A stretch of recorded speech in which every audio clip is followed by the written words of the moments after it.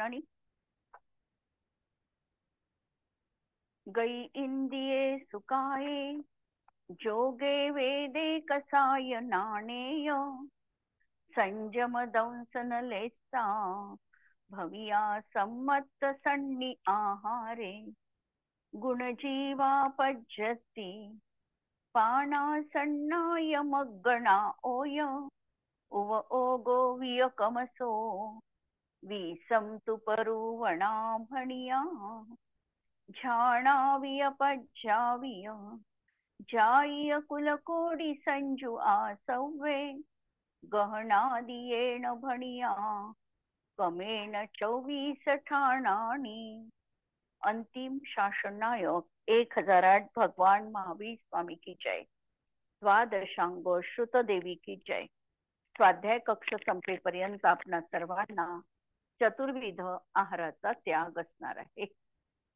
24 ठाण चर्चा आपण बघतो आहे आणि या चर्चा अंतर्गत आम्ही केवल ज्ञानाचं प्रकरण बघतो आहे. ज्ञान मार्गणेमध्ये ज्ञान मार्गणा 8 प्रकारचे आहे आणि या 8 प्रकारामध्ये शेवटचा प्रकार आहे केवल ज्ञान मार्गणा. केवल ज्ञान मार्गणा बघत असताना प्रश्न उपस्थित केला की केवली भगवंतांना आता केवल ज्ञानाची प्राप्ती झालेली आहे, त्यांना जाणण्यासाठी इंद्रियांवर, बाह्य प्रकाशावर किंवा बाह्य कोणत्याही गोष्टींवर अवलंबून राहावं लागत नाही. ते स्वयंभू आहे. ज्ञान देखील त्यांचं स्वयंभू म्हटलं जातं. मग अशा परिस्थितीमध्ये त्यांना पंचेंद्रियपणा कसा काय संभवतो हा प्रश्न होता आणि त्याला उत्तर म्हणून सांगितलं होतं की जरी त्यांच्या जीवनामध्ये भावेंद्रियाचा अभाव आहे, कारण लब्धी आणि उपयोग, लब्धी क्षयोक्षम रूपदशा ही तथा त्यांना नाहीच आहे, त्यामुळे भावेंद्रिय त्यांच्या जीवनात नाही, परंतु भूतपूर्व नैगमनयाच्या अपेक्षेने त्यांना पंचेंद्रियत्व घटित होऊ शकतं. पहिली ही गोष्ट सांगितली. दुसरी सांगितली की त्यांना क्षयोक्षमजन्य ज्ञान नाही, हे बरोबर आहे, पण त्या ठिकाणी पंचेंद्रिय जाती नामकर्माचा उदय हा 14व्या गुणस्थानात पण असणार आहे आणि म्हणून त्यांना पंचेंद्रियत्व घटित होतं. आणि पंचेंद्रियपणा जो लावलेला आहे हा भावेंद्रियाच्या अपेक्षेने लावलेला नाही, इथे द्रव्येंद्रियाच्या अपेक्षेने लावलेला आहे. कारण शरीर जे आहे ते यथा व्यवस्थित आहे आणि त्यासाठी नो कर्म वर्गणांचं ग्रहण सुरू आहे आणि त्या अपेक्षेने त्यांचं पंचेंद्रियपणा घटित होतो. ही गोष्ट आपण बघितलेली होती. आता प्रश्न कि केवली भगवान पंचेंद्रिय आहे तो उनके 4 प्राण ही क्यों कहे, 10 क्यों नहीं कहे. जर ते पंचेंद्रिय आहे तर प्राण लावताना मात्र 4च प्राण त्या ठिकाणी लावले. वचन बल, काय बल, श्वासोश्वास आणि आयु असे 4 प्राण का लावले? उत्तर काय राहील?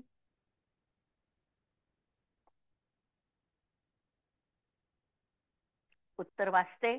यदि प्राणों में द्रव्येंद्रिया का ही ग्रहण किया जावे तो सौधनी जीवों के अपर्याप्त काल में 7 प्राण के स्थान पर कुल 2 प्राण ही कहे जाएंगे, क्योंकि उनके द्रव्येंद्रियों का अभाव होता है. अतः यह सिद्ध हुआ कि सहयोगी जीन के भावेंद्रिय नहीं होने से 4 अथवा 2 ही प्राण होते हैं. ज्याप्रमाणे अपर्याप्तक अवस्थेत 7च प्राण लावल्या जातात, कारण अपर्याप्तक अवस्थेमध्ये इंद्रिय किती आहे हे महत्वपूर्ण तिथे नाही, इंद्रियांच्या संख्येने प्राण लावलेले नाही आणि म्हणून त्या ठिकाणी तशा प्रकारचं घटित होतं. आणि इथे देखील हेच सांगितलं की द्रव्येंद्रियाचा तर त्यांना आता अपर्याप्तकाला 7 प्राण के स्थान पर कुल 2 प्राण ही म्हटले गेले असते आणि म्हणून द्रव्येंद्रियों का अभाव होता है आणि म्हणून संयोगी जिनके भावेंद्रिय नहीं होने से 4 अथवा 2च प्राण त्यांना लावलेले आहे.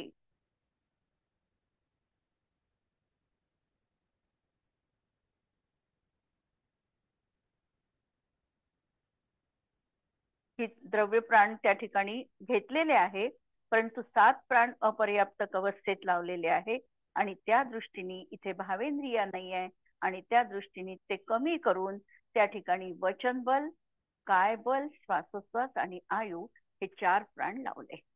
कालचा प्रश्न जो होता मीनाताईंचा आलाय का? मीनाताई आले असेल तर प्रश्न घेऊन घेते पहिल्यांदा.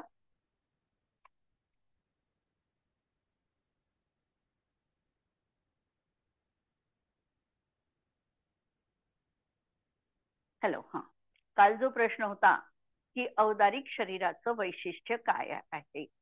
परम औदारिक शरीरांचं केवली भगवान ज्या वेळेला आता त्यांचं 12व्या गुणस्थानामध्ये ते जातात त्यावेळेला त्यांच्या शरीरामध्ये बदल घडतात.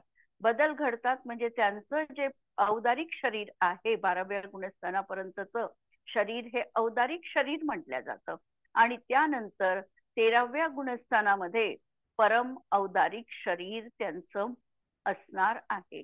आता या शरीराचं वैशिष्ट्य बघत असताना काही गोष्टी आपल्या क्लिअर असणं गरजेचं आहे. पहिल्यांदा तर एक प्रश्न हा मी विचारते की असे कोणते स्थान आहेत की ज्या ठिकाणी बादर निगोदी जीवांचं अस्तित्व असत नाही? असे एकूण 8 स्थान आहे की ज्या ठिकाणी बादर निगोदी जीवांचं अस्तित्व असत नाही. कोणते सांगता येतील?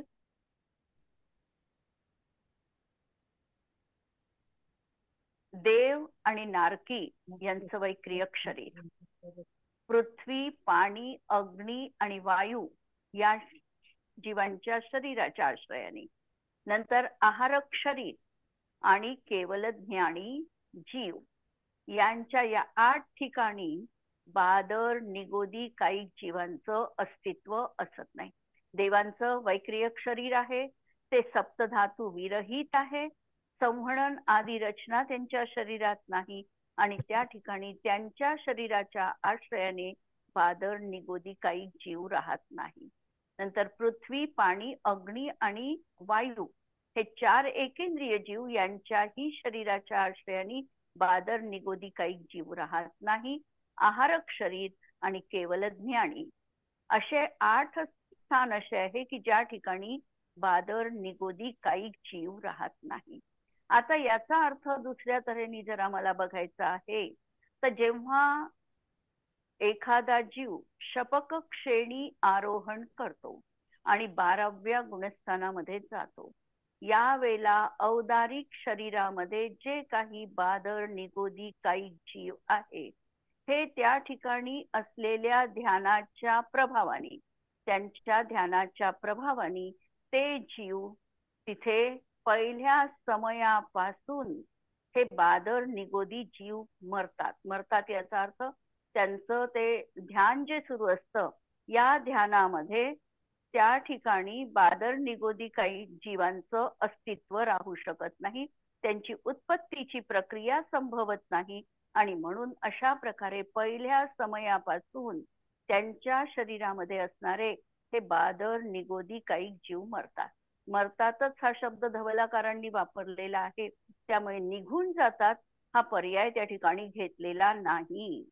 दुसऱ्या समयात विशेष प्रक्रियेने, अधिक प्रक्रियेने हे जीव त्या ठिकाणी मरतात. अशी ही प्रक्रिया जो काही 12व्या गुणस्थानाचा अंतर्मुहूर्त काल आहे तोपर्यंत पहिल्यांदा आवली पृथक कालपर्यंत सुरू असतो, नंतर संख्यात अधिक भागामध्ये ही प्रक्रिया शेवटच्या समयापर्यंत सुरू असते आणि जोपर्यंत शरीरामध्ये बादर निगोदी काही जीव आहे तोपर्यंत त्यांना केवल ज्ञानाची प्राप्ती होत नाही. अशा तऱ्हेने ही ध्यानाची प्रक्रिया एकत्व, वितर्क, विचार, ध्यान आणि त्यामुळे निगोदी जीवांची तिथे उत्पत्ती आणि स्थिती हे 2 राहू शकत नाही आणि अशा तऱ्हेने हे सगळे जीव त्यांच्या शरीरातून निष्कासित होतात आणि नंतर त्यांचं शरीर जे आहे हे सप्त धातू विरहित बनतं, स्फटिकाप्रमाणे तेजपुंज बनतं, 18 दोषांनी रहित असं त्यांचं ते शरीर बनतं आणि सप्तधातू विरहित असतं. ज्या समयात त्यांना केवल ज्ञानाची प्राप्ती होते, तीर्थंकर असतील तर त्यांचं शरीर हे 5000 धनुष्य वर आकाशात जातं. नंतर त्यांचं केवल ज्ञान झाल्यानंतर नख आणि केश हे वाढत नाही. नंतर त्यांच्या शरीराची छाया पण पडत नाही. जेव्हा आम्ही केवल ज्ञानाचे 10 अतिशय लिहितो, अतिशय दससाचे प्रभूंच्या केवल ज्ञानाचे, त्यामध्ये ही गोष्ट त्यांनी नमूद केलेली आहे की आता त्यांच्या शरीराची छाया पडत नाही. नच वाढती नख केश प्रभुत्व ही समस्त विद्येचे, अशा तऱ्हेने ते समस्त विद्येचे धारी होतात आणि नयनांचं स्थिरत्व म्हणजे अपलक नेत्र, आता डोळ्यांच्या पापण्या त्यांच्या लवत नाही. जेव्हा आम्ही महावीर भगवंतांची स्तुती म्हणतो त्या ठिकाणी सांगितलं दुसऱ्या श्लोकामध्ये, अताम्रम यच्चक्षु कमल युगलम स्पंदरहितम. आता स्पंदन थांबलंय, म्हणजे जी काही पापणी लवणार होती, बुबुळ फिरणार होती, हे त्या ठिकाणी राहिलेलं नाही. अशा तऱ्हेचं स्पंदरहितपणा नेत्रांमध्ये आलेला आहे.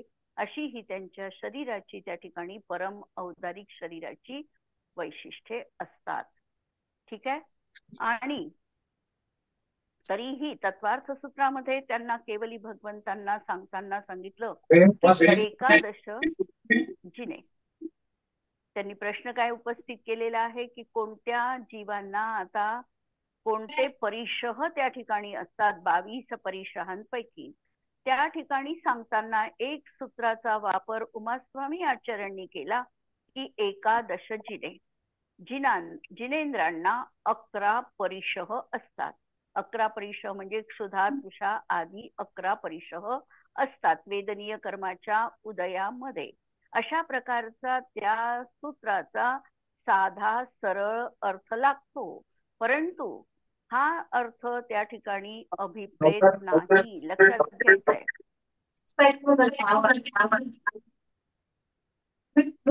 सांगताना जरी हॅलो, कोणाचा माईक थोडा.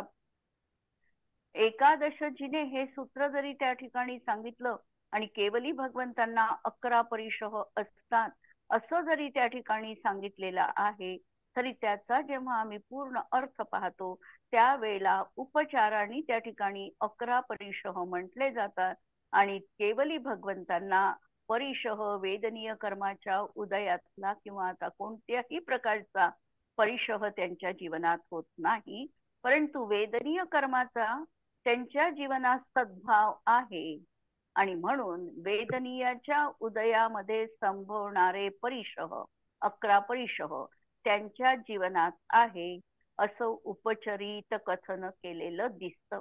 अशा तऱ्हेने ही परम औदारिक शरीराची वैशिष्ट्ये आहे. ठीक आहे.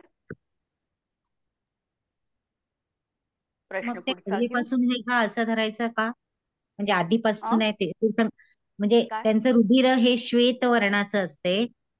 हो, ते जन्माचे अतिशय झाले, जन्मापासून आहे. हो, ते जन्मापासून पण तेव्हा त्यांच्या शरीरामध्ये 12 निगोदी जीव आहेत. हो, 12व्या गुणस्थानापर्यंत निगोदी जीव असतातच. आपलंही आता आपल्या शरीराच्या आश्रयाने तर आहेच आहे, पण 12व्या गुणस्थानापर्यंत केवली भगवंतांच्या शरीरामध्ये देखील 12 निगोदी काही जीव असतात. सूक्ष्म तर सगळीकडे आहे, सूक्ष्मचा प्रश्न नाही आहे, पण 12 निगोदी काही जीव त्यांच्या शरीरात असतात आणि 12व्या गुणस्थानात त्यांच्या ध्यानाचं सामर्थ्य असं आहे की त्या ठिकाणी आता ते 12 निगोदी काही जीव राहू शकत नाही. ते नियमाने त्यांची आयु संपून त्या ठिकाणी त्यांचं मरण आहे, निष्कासित होतात ते, आणि मगच त्यांना केवल ज्ञानाची प्राप्ती होते. म्हणून त्यांचं शरीर परत सप्त धातू विरहित बनतं. हे तर म्हणजे 10 जन्माचे अतिशय आहेतच, प्रश्नच नाही, पण ते कुणाला सामान्य केवलींना नाही आहे. तीर्थंकर केवली जे होणार असेल त्यांचे आहे, आणि बाकीच्यांच्या जीवनामध्ये केवल ज्ञान झाल्यानंतर ती प्रक्रिया आहे. आणि विजिताई, तुम्ही सांगितलं की तीर्थंकरांना केवळ म्हणजे केवळ ज्ञान प्राप्त झाल्यावर 5000 धनुष्य उंच जाते, पण सामान्य केवलींना नाहीये का तसं? सामान्य केवलींच्या बाबतीत असं मी फक्त वाचलं की ते 4 अंगुल वर जातात. आता बऱ्याच जीवांना समवशरणामध्ये देखील केवल ज्ञानाची प्राप्ती होते है ना, त्यांच्या समवशरणातही केवल ज्ञानी असतात, तर ते त्याच ठिकाणी 4 हात वर उंच राहतात. बस असं वाचलं. आता त्याच्यामध्ये काय अनेक म्हणजे कथा भागामध्ये अनेक तऱ्हेचं वर्णन बऱ्याच वेगवेगळ्या पद्धतीने पण दिसतं. पण सामान्य केवलींच्या बाबतीत ते 5,000 धनुष्य जातात हे काही वर्णन येत नाही. त्यांची गंधकुटी सगळ्यांची गंधकुटी रचना होते असंही नाही आहे. काही जीवांची, काही विशिष्ट जीवांची गंधकुटी रचना होते. ज्यांचा यशकीर्ती नामकर्माचा जबरदस्त उदय आहे त्यांची गंधकुटी रचना होते. आणि काहींचे मुख केवली झाले तर त्यांचं तर काही समवशरण वगैरे होत नाही, कारण ते उपदेशच देत नाही. काही अंतकृत केवली झाले. अंतकृत केवली म्हणजे जे अंतर्मुहूर्तात केवल ज्ञानाची प्राप्ती होऊन मोक्षाला पण गेले, ते अंतकृत केवली झाले. काही अनुत्तरोपपादिक असतात, म्हणजे ते इथे उपसर्ग सहन करतात आणि अनुत्तराधिक मध्ये जन्म घेतात. ते केवली नाही बनत. ते श्रुत केवली असू शकतात किंवा मुनी पद धारण करतात आणि त्यांच्यावर इथे घोरोपसर्ग होतो.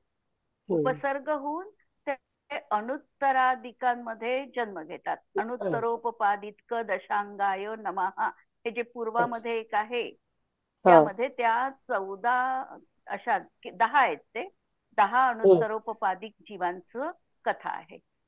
काही उपसर्ग केवली होतात, जसं 3 पांडव ते उपसर्ग केवली झाले.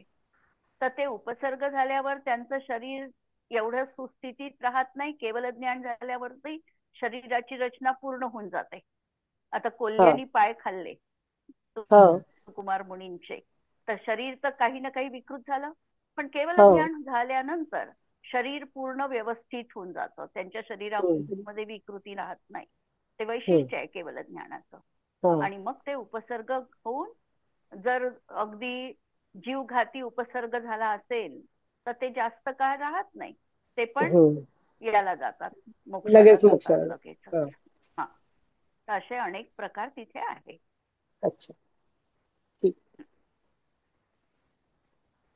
प्रश्न पुढचा. केवल ज्ञान के साथ शुक्ल लेशा कितने गुणस्थाने होती है? केवल ज्ञानासोबत शुक्ल लेशा कोणत्या गुणस्थानात राहील? 13वे. 14व्या कारण 14व्यात आता काय झालेलं आहे, कषाय आणि योग दोन्ही संपले. योग असेपर्यंत लेशा, योग संपली की लेशा पण संपणार, म्हणून 13व्या एकाच गुणस्थानात राहील. 14व्या का नाही? कारण योग संपलेला आहे. आणि लेशेची व्याख्या काय केली आपण? कषायाने अनुरंजित असलेला जीवाचा परिणाम लेशा, म्हणून त्या ठिकाणी आता लेशा राहणार नाही. केवल ज्ञानामध्ये अनारक अवस्थामध्ये कमीत कमी कितने प्राण हो सकते हैं? अनारक अवस्थेत एक आयुप्राण, एक लावला आयुप्राण त्यांनी, पण 2 राहतात. तसं केवल ज्ञान में अनारक अवस्था में कम से कम 1 प्राण होता है आयुप्राण. यह 1 प्राण 14वें गुणस्थान की अपेक्षा हो. 14व्या गुणस्थानाच्या अपेक्षेने 1 लावला आयुप्राण, आणि कार्माणकाय योगाच्या अपेक्षेने म्हणजे 13व्या गुणस्थानात समुद्घाताच्या अपेक्षेने 2 लावायचे. हे बरोबर आहे. थोडं माझं कन्फ्युजन झालं. केवल ज्ञानात 14व्या गुणस्थानात 1 आयुप्राण फक्त लावायचा, आणि जर आम्ही 13व्या गुणस्थानाची विवक्षा मनात असेल तर मात्र 2 प्राण लागतात तिथे. केवल ज्ञान के साथ औदारिक मिश्र अवस्था में कितने आश्रव के प्रत्यय होते हैं? केवल ज्ञान सोबत औदारिक मिश्र अवस्था. आता मिश्र अवस्था पाहायची आहे, त्यामुळे काय पाहावं लागेल? केवल ज्ञानासोबत मिश्र अवस्था, समुद्घात बघावा लागेल. आणि समुद्घात बघितला असताना किती समय आहे? 3. 2 समय तसे औदारिक मिश्र 2च समयच आहे. औदारिक मिश्र 2च समय आहे. 2 समयात, आणि त्यावेळेला त्यांना आश्रवाचे किती प्रत्यय राहील? एकच राहील फक्त, तो औदारिक मिश्र काय योग. औदारिक मिश्र काय योग, हा तसा एका जीवाच्या अपेक्षेने एकच राहील. बरोबर आहे. केवल ज्ञान के साथ औदारिक मिश्र अवस्था में आश्रव का केवल एक ही प्रत्यय होता है, औदारिक मिश्र का योग. क्योंकि उस समय नाना जीवों की अपेक्षा भी शेष योग नहीं हो सकते है. म्हणजे ती मिश्र अवस्था विशिष्ट अवस्थात पाहिली आपण आणि म्हणून त्या ठिकाणी एकच योग बसलेला आहे. 24 स्थानों में से कौन से स्थान है जिनके सभी उत्तर भेद केवल ज्ञान में पाए जाते हैं. आता 24 स्थानातले उत्तर भेद पहा. असे कोणते स्थान आहे की जिथे उत्तर भेद सगळे येतील. 24 स्थानों में से केवल 2 स्थान ऐसे हैं जिनके सभी उत्तर भेद केवल ज्ञान में पाए जाते हैं. एक म्हणजे आहार पर्याप्ती, आहार आणि पर्याप्ती, आहारकपणा आणि पर्याप्तीपणा. कारण गतीचे मिळतच नाही, इंद्रियाचे मिळत नाही, बाकी कोणतेच राहणार नाही, दोनच आहेत. ऐसे कौन से स्थान है जिनका त्यांनी जे म्हटलं की उस समय नाना जीवों की अपेक्षा भी शेष योग नहीं हो सकते. मग हे नाना जीवांच्या अपेक्षेने काय नाना लावायचं? जीवांच्या अपेक्षेने म्हणजे औदारिक मिश्र काय योगामधले नाना जीव पहा. हो, नाना जीव म्हणजे कोणते नाना जीव पाहिजे? म्हणजे औदारिक मिश्र काय योगवाला एकटाच राहील का? समुद्घात करणारे तर अनेक राहू शकतील.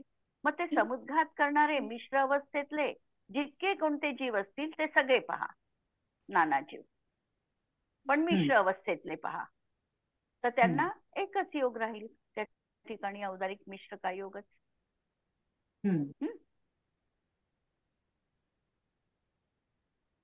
ऐसे कौन से स्थान है जिनका एक भी भेद केवल ज्ञान में नहीं पाया जाता. वेद कशाय, वेद संज्ञीपणा, संज्ञा नाही आहे आणि संज्ञा पण नसतात ना, संज्ञा पण नाही आहे. आणि सिद्ध भगवान की अपेक्षा क्योंकि वे केवल ज्ञानी है. 19 स्थान ऐसे है जिनका भी भेद उनके नहीं पाया जाता. आता सिद्ध भगवंतांच्या याच्यात तर बाकीचे दिसणारच नाही, गती इंद्रिय काय हे सगळे. यथार्थ में तो सिद्ध भगवान के 24 स्थानों में से एक भी भेद नहीं पाया जाता क्योंकि वे कर्मों के बंध उदय और सत्व से रहित है. उनके सभी गुण शुद्ध ही होते हैं, अर्थात उनके ज्ञान दर्शन सम्यक्त्व आदि गुण पाए जाते हैं. केवल ज्ञान केवल दर्शन आदि नहीं, फिर भी उन्हें केवल ज्ञानी कहा जाता है क्योंकि वह ज्ञान गुण की शुद्ध पर्याय है. हा, म्हणजे त्यांना हे म्हणायचं आहे की आता त्यांच्याजवळ गुणच आहे, गुणांच्या पर्यायीकडे न बघता त्यांचे गुणच आहे हे पहा. आपण उपयोग लावताना केवल ज्ञान केवल दर्शन हे 2 उपयोग लावले, तर 2 उपयोग पाहण्यापेक्षा ज्ञान गुण आणि दर्शन गुण अशी अभेद विवक्षा ठेवून त्या ठिकाणी आम्हाला पाहायचं आहे. आणि म्हणून केवल ज्ञान केवल दर्शन आदि नाही पर्याय अपेक्षेने हे म्हटल्या गेलं. वास्तविकता गुणाच्या अपेक्षेने पाहायला आहे म्हणून पर्याय भेद त्या ठिकाणी नाकारल्या गेला. प्रश्न, किस किस ज्ञान में रसजीव ही पाए जाते हैं. कोणत्या कोणत्या ज्ञानात रसजीव दिसतात. केवळ रसजीव असणारे कोणते ज्ञान राहतील. सुज्ञान, सगळे सुज्ञान आणि एक को अवधी ज्ञान, कारण अवधी ज्ञान रसजीवांनाच राहील ना. म्हणून 5 सुज्ञान आणि 1 कु अवधी ज्ञान म्हणून 6 याच्यामध्ये रसजीव दिसतील. किस किस ज्ञान में केवल असंयम ही पाया जाता है. कोणत्या ज्ञानामध्ये असंयम, चौथा गुणस्थान तर 3 ज्ञान, 3 ज्ञान, 3 ज्ञानामध्ये असंयम आणि 3 अज्ञानात. अज्ञानात कसं असंयम, पण असंयम कोणत्या गुणस्थानात. चौथ्या गुणस्थानात असेल तरी नाही, चौथ्या गुणस्थानात असंयम लावू ना आपण. हो ना, मग म्हणून तर असंयम चौथ्या गुणस्थानात नाही, पहिल्याही गुणस्थानात आहे आणि चौथ्याही गुणस्थानातला जीव असंयमी आहे ना. आहे, पण चौथ्या गुणस्थानातल्या जीवाला कुमती ज्ञान कुश्रुत ज्ञान राहील का. नाही नाही, पण अवच्यातल्याला कोणकोणत्या सुज्ञान ज्ञानात वेगळं. म्हटलं की नाही, कोणकोणत्या ज्ञानात म्हटलं तर ज्ञानाचे तर काही भेद लावावे लागतील आपल्याला. हो सुमती असंयम ज्ञानातही तो असंयम आहे. हो. सुमती, सुश्रुत, सुअवधी तिन्ही याच्यात संयम लावावा लागेल ना. हम्म. म्हणून इथे 6 पाहिजे. तीनों हो ज्ञानों बरोबर में आहे. असंयम ही पाहिजे. कुमती, कुश्रुत आणि कुअवधी आणि 3 हम्म. सुज्ञान पण. कारण हम्म. त्याही नाही ठिकाणी प्रश्न सुज्ञान काय असलं होता, तर प्रश्न काय आहे? किस किस ज्ञान में असं लावलंय त्यांनी. केवळ असंयम पाहायचंय, त्याच्यात संयमी पण होऊ शकतो तो. अच्छा नाही म्हणजे संयम बघायचा आहे. फक्त असंयमच म्हणजे पाहायचा आहे. नाही असंयमच असंयम पाहायचंय पाहायचं. फक्त.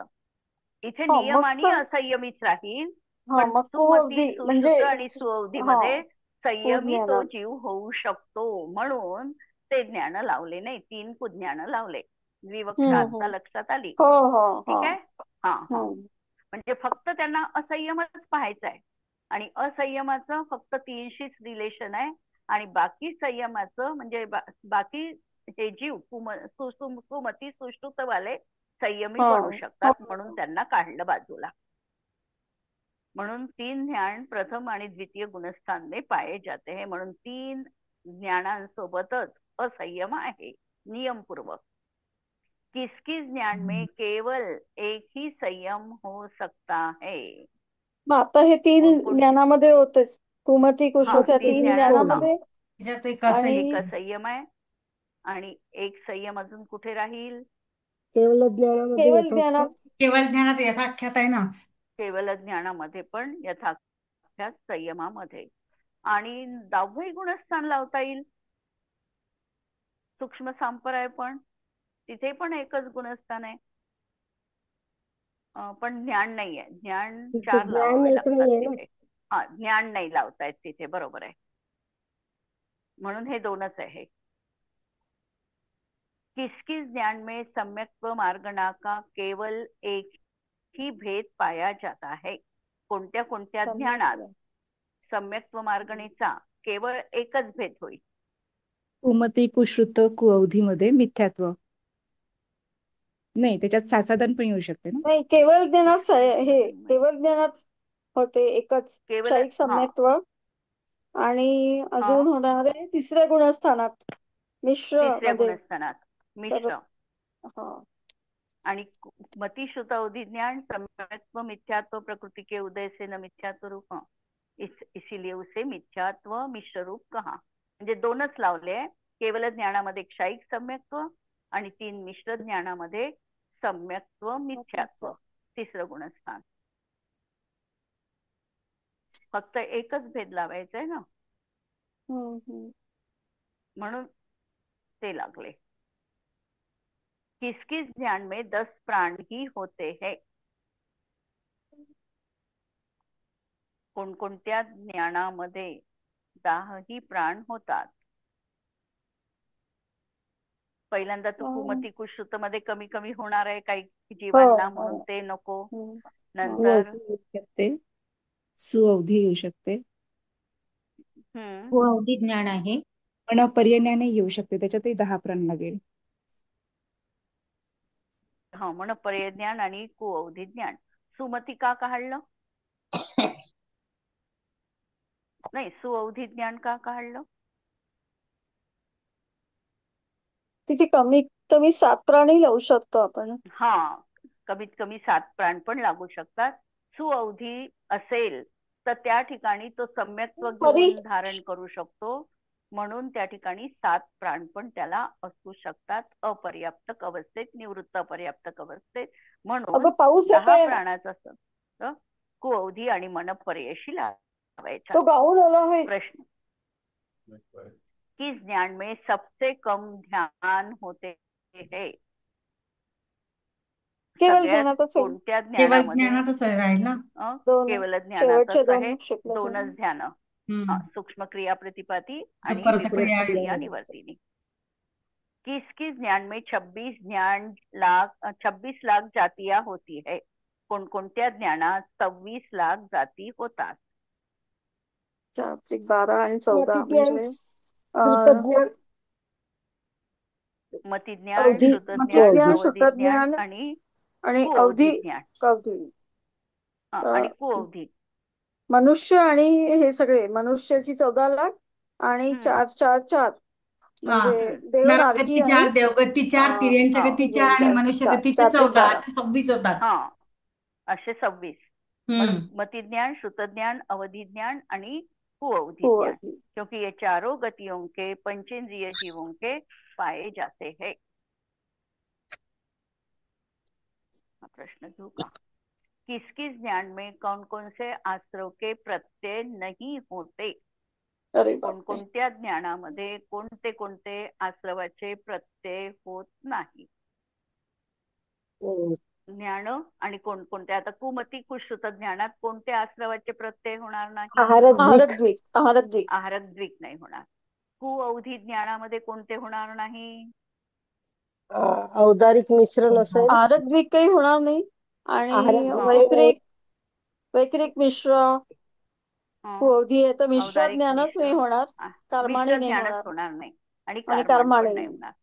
हा, म्हणून औदारिक मिश्र, वैक्रियक मिश्र, आहारक द्विक आणि कर्माण 5 प्रत्यय होणार नाही हे कुअवधी ज्ञानामध्ये. आता मतिश्रुत आणि अवधी ज्ञानामध्ये कोणते प्रत्यय होणार नाही? सुमती, सुश्रुत आणि सुअवधी आहे. म्हणजे कोणते मिथ्यात्वाचे प्रत्यय 5 होणार नाही? मिथ्यात्वाचे 5 गेले आणि कषायांचे 4 अनंतानुबंधी कषायांचे 4 गेले अनंतानुबंधी. म्हणून 5 आणि 4 एवढे आश्रवाचे प्रत्यय होणार नाही. संज्वलन ध्यानामध्ये 5 कषाय जातील अजून. कषायाचे 12 जातील. 12 कषाय जातील आणि 2 वेद जातील. वेदही जातील ना. वेद पुरुष वेदच राहील. 12 अविरती पण नाही. 12 अविरती पण नाही. मिथ्यात्व गेलं पूर्ण. 12 अविरती जातील. नंतर कषाय 12 गेले. कषाय 12 जातील. नंतर वेद 2 जातील. आणखी योगामध्ये योग पण जातील. वैक्रियक द्विक जाईल, औदारिक द्विक जाईल, आहारक द्विक जाईल आणि कर्माण. इतके कमी होतील आश्रवाचे प्रत्यय. कारण हे योग पण त्यांना आता राहणार नाही. आहारक द्विक मनपर्यय ज्ञानाशी त्याचं विपरीतता आहे म्हणून तो राहणार नाही. वैक्रियक द्विक वाले 7व्यात जात नाही, 6व्यात जात नाही. औदारिक मिश्र पण मनपर्यय ज्ञानीला होत नाही आणि इथे मरण नाही म्हणून कर्माण पण नाही. म्हणून 20 नाही होणार. 37 इतके तर प्रत्यय होणार नाही त्यांचे. मिथ्यात्व नाही, 5 अविरती नाही, म्हणजे 12 आणि 5 17 आणि 3 20, 20 आणि 2 22, 22 आणि 6 28 प्रत्यय होत नाही त्यांना. आणि केवल ज्ञानींना किती होणार नाही. आता मिथ्यात्व नाही, अविरती नाही, कषाय नाही, योग किती? मनाचे 2 नाही. मनाचे 2च. मनाचे 2 आणि वचनाचे 2. वचनाचे 2 आणि 7 योग कायचे 3. 8 घेतले. मनाचे 2, वचनाचे 2. आहारक द्विक नसेल, वैक्रियक द्विक पण नसेल ना त्यांना. आहारक द्विक नाही, वैक्रियक द्विक नसेल. 2 आणि 2 4 आणि 3 औदारिक मिश्र आणि कर्माण. 8 असतील. 3 आणि 2 मनाचे आणि 2 वचनाचे गेले. असे 5 गेले ना. 7च राहिले. 7 गेले असे. 7 राहिले का? 7 गेले, 8 राहिले. 7 गेले आणि 8 राहिले. असे योग त्यांना राहतील. शेवटचा प्रश्न उद्याला पाहू आपण. 8 जातील, 7 राहतील. 8 राहतील, 7 राहतील. 7 राहतात, 8 जातात. काढायचे ना. 8 काढायचे, 7 7 जातील. 7 जातील, 8 राहतील. मनाचे 2, वचनाचे 2 आणि 3 मनाचे 2, वचनाचे 2. आहारक आणि वैक्रिक द्विक नाही. 4 5 6 7 8. 7 जाणार काढायचे. 8 काढायचे, 7 ठेवायचे. 8 काढायचे आणि 7 ठेवायचे. मनाचे 2 काढायचे, वचनाचे 2 आहे आणि 7 ठेवायचे. 2 मनाचे ठेवायचे, 2 वचनाचे ठेवायचे, औदारिक मिश्र आणि कर्माण एवढे ठेवायचे. 7 ठेवायचे. आणि हे 8 काढायचे. ठीक आहे. स्तुती म्हणू.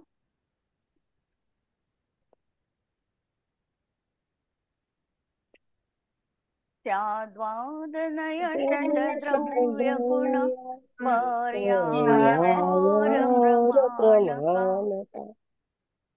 जड कर्म चेतन बंधका अरु कर्म के अवसान का